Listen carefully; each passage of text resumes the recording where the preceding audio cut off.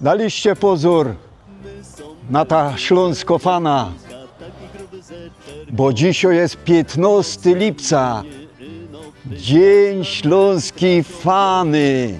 Słuchajcie, i tutaj przy tym familoku i w tym familoku kaj Teroski stoja, jo, Czesław Błażemła, była mi mogę cię godać, tak nawiasem godając, będzie się odbywał film Bezuch 3. No ja został zaproszony do tego filmu.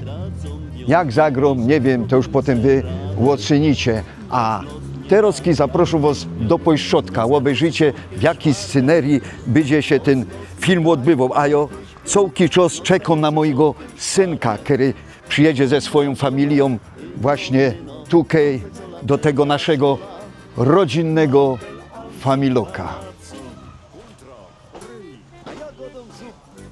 No i wlażymy do Antryja, widzicie, tu powstało to słynne na Górnym Śląsku powiedzenie: w Antryju na byfyju stoi szolka tyju. No szolki nie ma, bo je tam umie na stole. Idziemy teraz do kuchni. Widzicie, graty od ropniaka, przepraszam. Nie, dowomy to nazwę, jeszcze raz tu. Czekaj. I często mówią ropniak. Ja? No bo to się tak łatwo goda. No widzicie, kuchnia. Kiedyś w takiej kuchni odbywało się codzienne życie. Łowiot się ważyło, jadło się, bajtle odrobiały zadania. No i sypialka, no co wam by da dużo godą. W filmie wszystko obejrzycie dokładnie, a możecie też to obejrzeć na własne oczy, jak przyjedziecie kiedy na czerwieńskie familoki. I zapraszamy też na familę.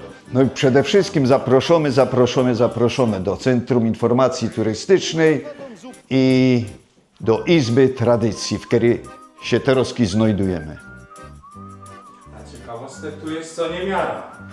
No jest tego, jak widzicie, łobrowski święte, cyja, trumpelta. To jest łopa, jeszcze na niego opa się go dało, pamiętam, bo mnie jeszcze go dają fajnie starzyk. Nie przeżyłby, jakby kto mi padł opa.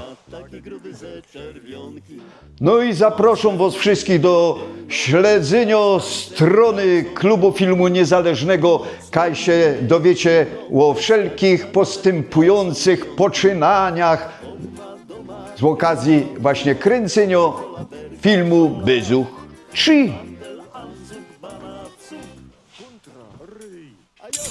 Filmu Niezależnego.